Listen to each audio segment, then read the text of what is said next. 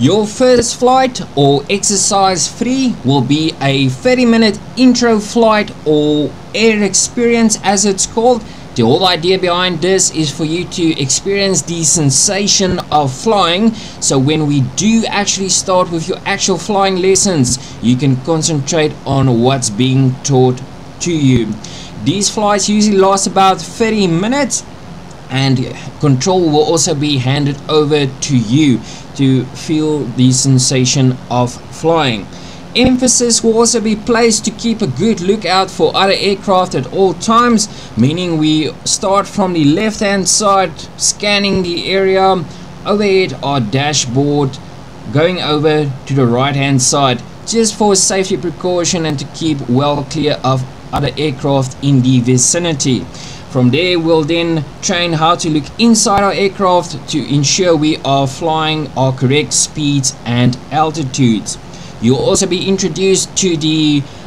clock code, meaning this just is for us as pilots to give a little bit more indication or direction to where we are to a certain point or other aircraft, with 12 o'clock being at the nose of the aircraft, 9 o'clock on the left hand of the aircraft, 3 o'clock right wing, and yes, you've guessed it, 6 o'clock in the rear of the aircraft. So if we're flying and somebody says they are in our 7 o'clock position, that just means actually then they are going to be relatively more or less in this position, and then yes, they will give their distance to us in nautical miles. But when, however, we are flying the aircraft and we want to give our location to other aircraft,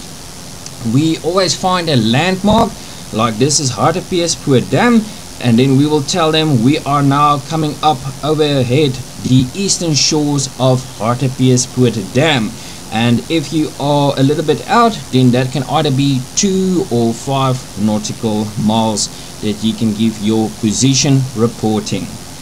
And with that, enjoy your first intro flight, and I'll see you for that next flight lesson.